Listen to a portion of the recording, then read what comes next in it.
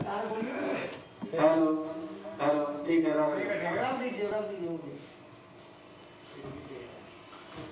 तो हम लोग का जो डिस्प्ले होता है दो टाइप का होता है, एक आईपीएस डिस्प्ले और एक एमओएलईडी डिस्प्ले, जो ओएलईडी डिस्प्ले के नाम से जाने जाते हैं मार्केट में जो बोलता है। वो आईपीएस डिस्प्ले का भी वेरिएंट होता है जिसको हम टीएफटी के नाम से जानते हैं, है ना, फिर इंसेल के नाम से जानते हैं। ये सब उसका टाइप है। तो ये जो आईपीएस डिस्प्ले ये बहुत सारी कंपनी बनाती है, समझ में आ रहा है ना। आज जो एमोलेड डिस्प्ले है वो दो ही कंपनी बनाती है इसको। कौन कौन सा? एक वो सैमसंग बनाती है और एक एलजी कंपनी बनाती है, समझे।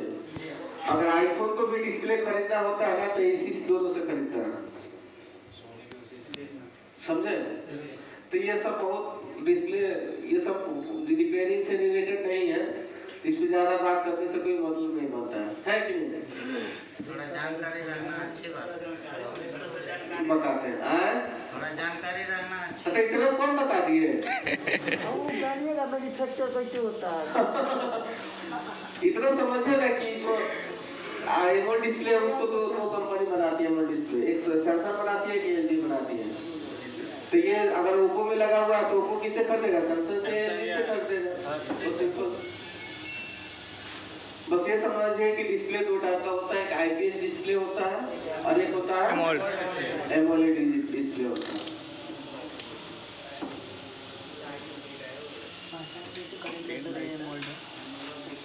पूछिए। अब समझते हैं, सर्किट के ऊपर आते हैं। डिस्प्ले का जो हम लोग का कनेक्टर होता है,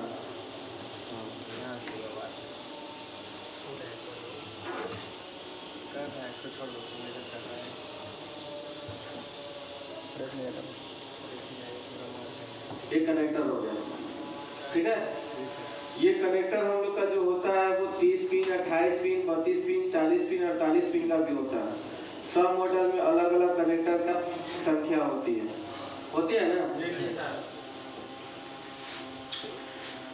हाईवे में देखिएगा तो 30 पिन होगा, नोट 8 प्रो में देखिएगा तो 100 और होगा, किसी और में देखिएगा तो और होगा। तो ये पिन की संख्या कैसे बढ़ता है मालूम है? जितना आईपीएस डिस्प्ले होगा ना, जितना आईपीएस डिस्प्ले होगा उसमें पिन सिलेक्टेड है कि इतना ही पिन डिस्प्ले के लिए होता है, इतना ही पिन डिस्प्ले के लिए होता है जो डाटा आता है। अभी हम पढ़ा रहे हैं डिस्प्ले सेक्शन यानी ग्राफिक यानी डेटा, यानी ग्राफ डिस्प्ले के ऊपर जो डाटा है वो कैसे आता है। लाइट नहीं पढ़ा रहे हैं, बैक लाइट। अभी हम डाटा के बारे में बता रहे हैं कि डाटा कैसे आता है, समझ रहे हैं ना, उसके बारे में बता रहे हैं। तो ये हम लोग का डिस्प्ले होता है। डिस्प्ले के नीचे देखिएगा तो यहाँ पे कॉप लगा हुआ रहता है, सीओपी कॉप। तो आप समझते हैं किसको कहते हैं? डिस्प्ले खोलिएगा तो ब्लू कलर का ग्रीन दिखाई देता है, कांच का उसी को कॉप कहा जाता है। जो कि ये डिस्प्ले के जो पैनल होता है ना, पैनल के ऊपर उसको पेस्टिंग किया जाता है, समझे ना, उसी को कॉप बोला जाता है। लेंस थोड़े बोला, कॉप उसका नाम है। लेंस की तरह बॉन्डिंग मशीन आता है, निरंजन सर के लैब में जाइएगा, टीवी वाले सर के पास एक बॉन्डिंग मशीन है उनके पास, जो डिस्प्ले का पैनल को बनाया जाता है। डिस्प्ले में अगर लाइनिंग आ गया, नहीं आ जाता लाइनिंग ऐसे, तो इस लाइनिंग को आप ठीक कर सकते हैं। तो ये जो कॉप का वायरिंग किया हुआ रहता है, इसमें से कोई एक लाइन जो होता है वो मिस हो जाता है, जिसके कारण वो जो जिस लाइन में होगा वो लाइन को क्या कर देगा, डाटा को हाइड कर देगा, यानी डाटा नहीं आएगा वहां पे। तो इसको ये जो कॉप जो पेस्टिंग होता है, कॉप को यहाँ पे लगाया जाता है। तो सोल्डिंग आयरन से नहीं लगाया जाता, उसकी पिन की संख्या आप देखिएगा तो बहुत, उसकी जो साइजें होती है, पिन की जो डिस्टेंस होती है, दोनों के पिन का डिस्टेंस ये 0.01 mm की साइज में होती है, बहुत नजदीक होती है, जो कि उसको हम आयरन के द्वारा या किसी टूल के माध्यम से सोल्डिंग नहीं कर, उसको हम पेस्टिंग बोलते हैं, पेस्टिंग कर सकते हैं। यह बॉन्डिंग मशीन आता है, उसके द्वारा उसको हम चिपकाते हैं। डिस्प्ले है कोई भी खराब डिस्प्ले है किसी के पास? हाँ सर। दीजिए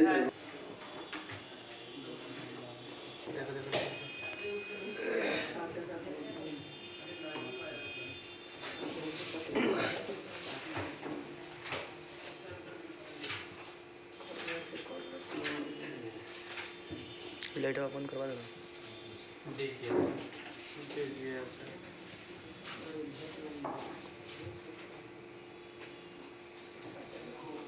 बहुत पतला पतला।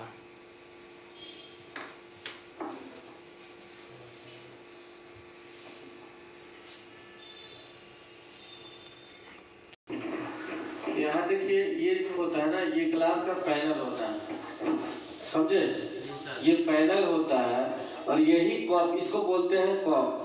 क्या बोलते हैं? कप। कप बोला जाता है और यही पेस्टिंग किया हुआ है। देख रहे हैं यहाँ पे कितना बारीक है, दिखाई दे रहा है? ऐसे ऐसे नीचे कर देते तब बाल कितना पतला पतला दिख रहा है। बोले मशीन को डाल करके नहीं दिखाई दे रहा है? दिख रहा है सर, ब्लर हो जाए। वो कहाँ दिख रहा है? लाइनिंग नहीं दिख रहा है।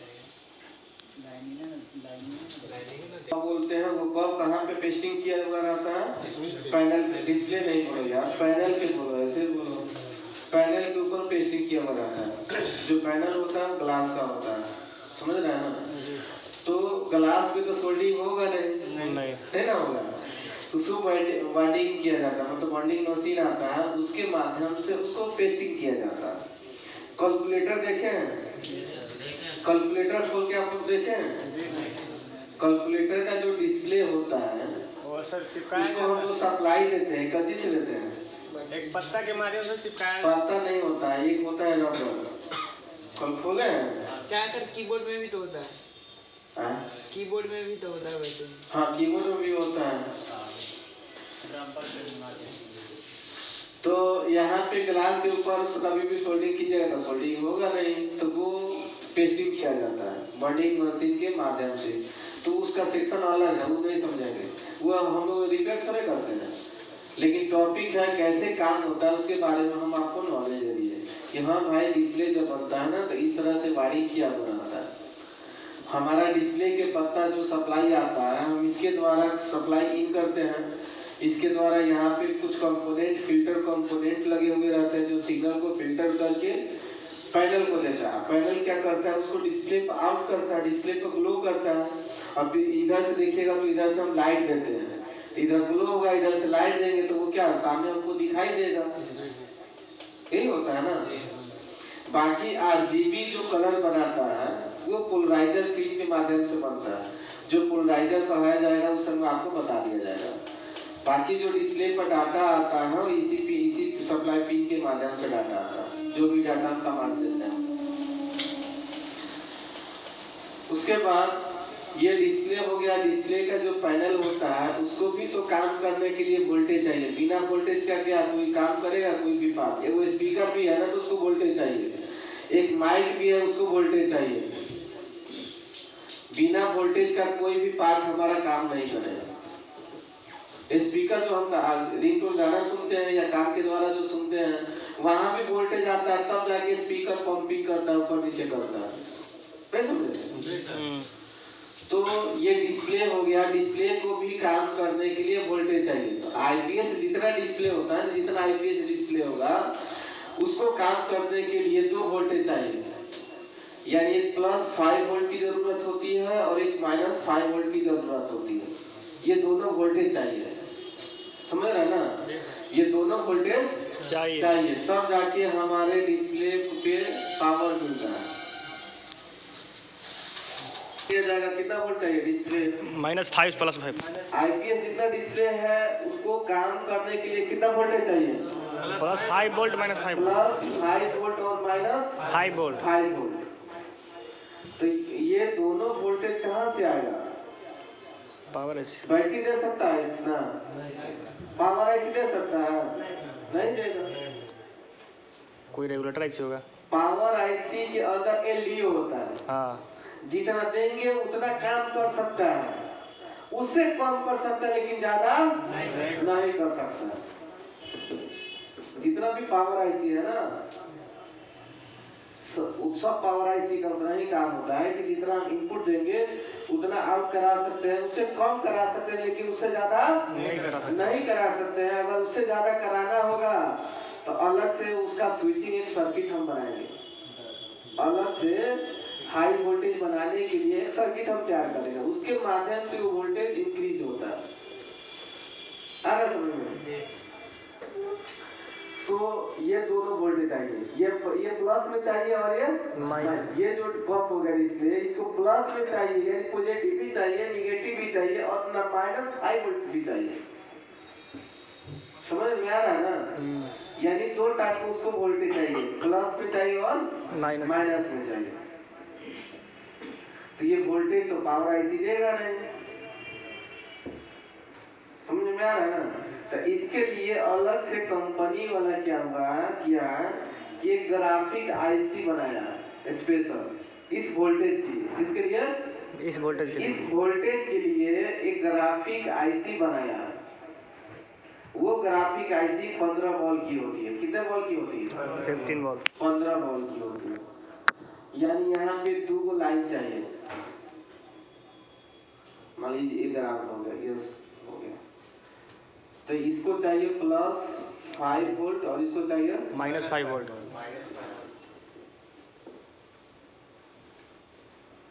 प्लस 5 वोल्ट और माइनस 5 वोल्ट। तो प्लस 5 वोल्ट को बोलते हैं VSB, वोल्टेज सप्लाई पॉजिटिव।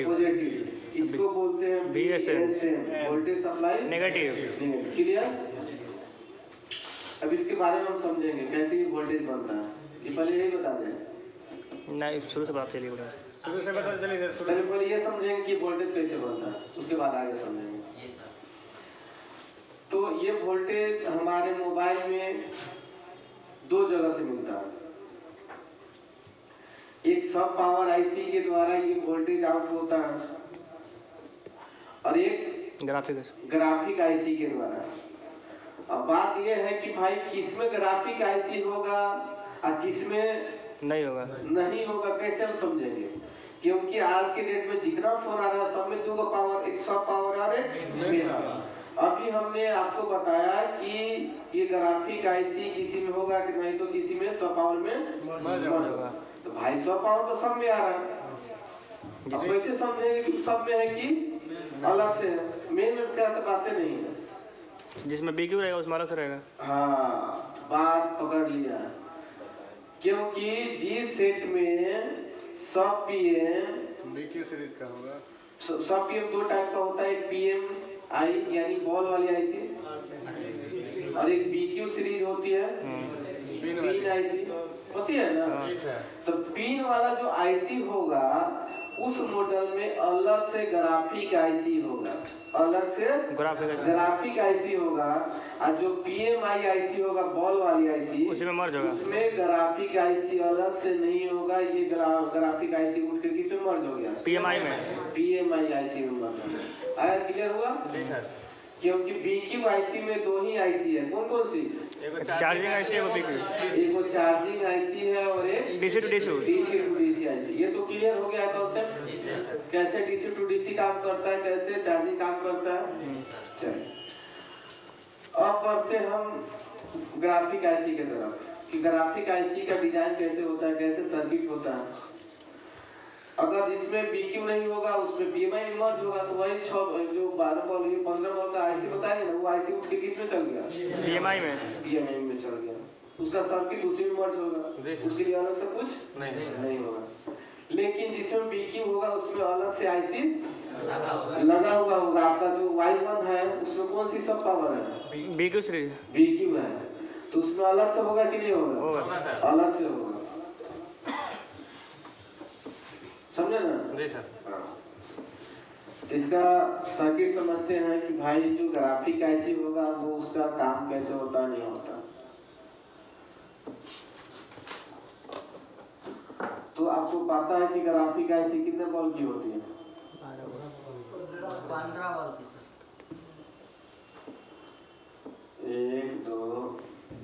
4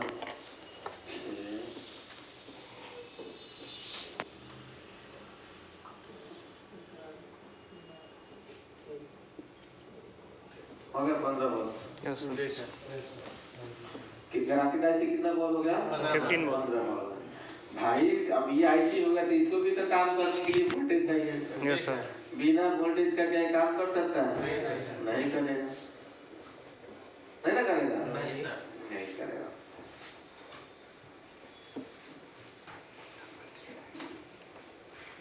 इसको जो हम वोल्टेज देंगे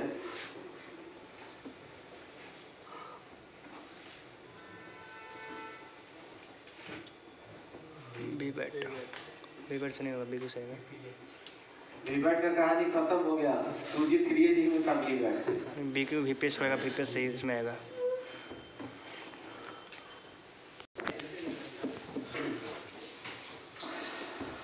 इस आईसी का पिन की बॉल की काउंटिंग कैसे करेंगे? एंटी क्लॉक है 1 2 3 ऐसे? नहीं सर, हाँ इधर ये होगा, एंटी क्लॉक होगा ना। इधर ये होगा सर, तब भी होगा, तब सी होगा। तो वही लिख रहे ये होगा, ये भी होगा। जी सर। था ये सी सी होगा। क्या कलाकारी है, अभी तक भी नहीं समझा। एंटी क्लॉकवाइज, ठीक है। जी सर। ये 1 2 3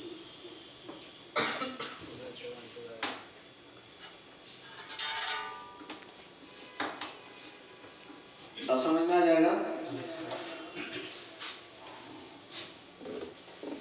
ऐसे तो खराब है तो हाँ। ये कितने नंबर बॉल है ये वाला? हैं? 4 नंबर। बगल वाले को खड़ा कराइए। ये वाला कितने नंबर बॉल है? हाँ? कौन सा है? आइए। हाँ? बगल वाले आप खड़े हैं। ये कौन सा बॉल है? कितने नंबर है? 12 नंबर। ये वाला 13।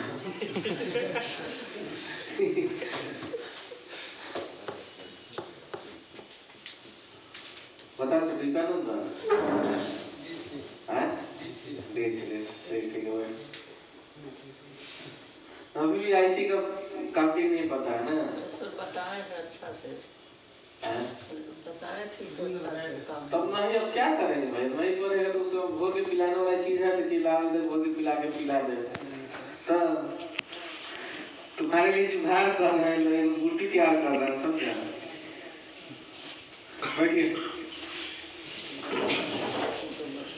अब देखिए, ये हम पिन की काउंटिंग कर दिए हैं, ठीक है। हम स्कीमेटिक को थोड़ा आपके सामने डिस्प्ले पर आउट करना चाहते हैं। दोनों साथ में बताएंगे तो ज्यादा समझ में आएगा।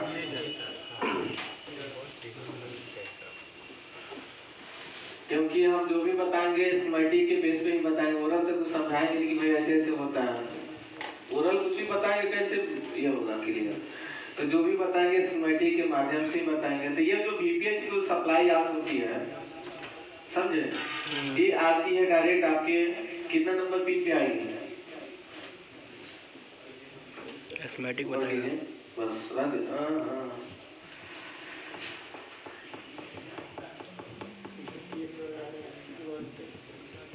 देखिए, यही आईसी होती है जो कि 15 बॉल की है। देखिए ABCDE होगा, E3 तक होगा लास्ट।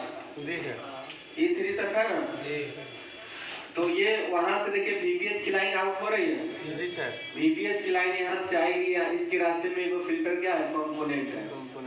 और ये कंपोनेंट के जरिए ये VPS लाइन जा रही है किस पे? C1 पे। कहाँ पे जा रही है? C1 पे।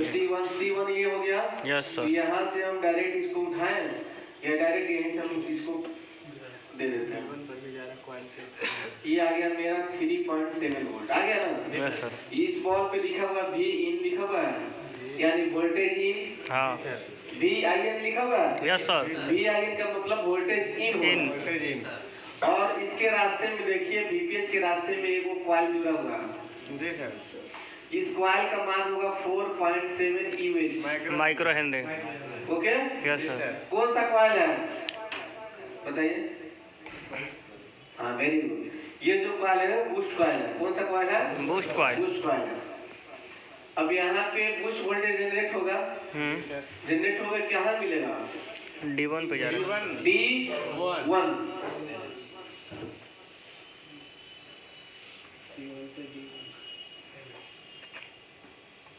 और यहाँ पे लिखा हुआ है LX मतलब LX का मतलब क्या होता है? खड़ा हुआ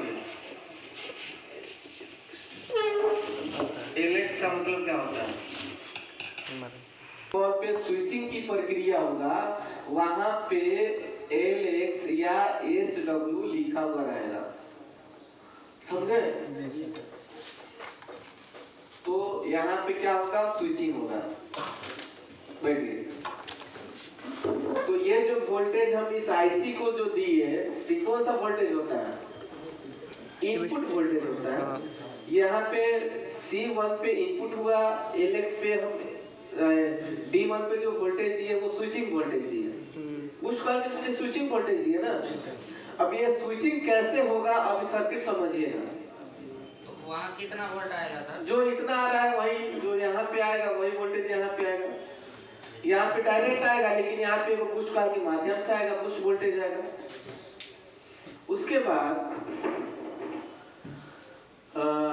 E1 और E3 E1 B3 क्या है?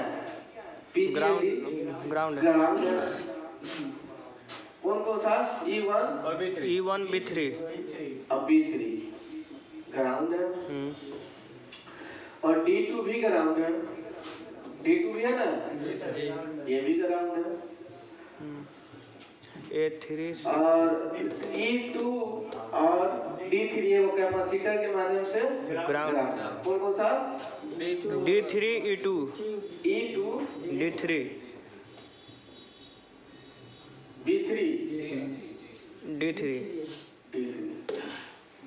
इसको यहीं से कनेक्ट कर दो। हाँ ठीक है, क्लियर हो गया। अब उसके बाद हम देख रहे हैं कि यहाँ पे B1 और A1 पे दो इनेबल सप्लाई आ रहा है। दो इनेबल आ रहा है। अब यहाँ पे एक A1 पर और B1 पर क्या आ रहा है? इनेबल सप्लाई आ रहा है। इनेबल आ रहा है। अब दो इनेबल आने का क्या मतलब कोई बताएगा? Sir 5 volt minus 5 volt plus है। दो इनेबल का मतलब ये हुआ क्योंकि आईसी जो है ग्राफिक आईसी दो टाइप से काम कर रहा है। एक प्लस 5 वोल्ट बना रहा है और एक माइनस 5 वोल्ट बना रहा है ना। तो भाई माइनस 5 वोल्ट बनाने के लिए एक अलग इनेबल दे रहा है कंपनी और प्लस 5 वोल्ट बनाने के लिए एक अलग से इनेबल है। यानी एक प्लस के इसके लिए इनेबल आएगा और एक इसके लिए इनेबल आएगा। क्लियर हो गया ना? अब तो हम समझते हैं कि जो हमारा हाई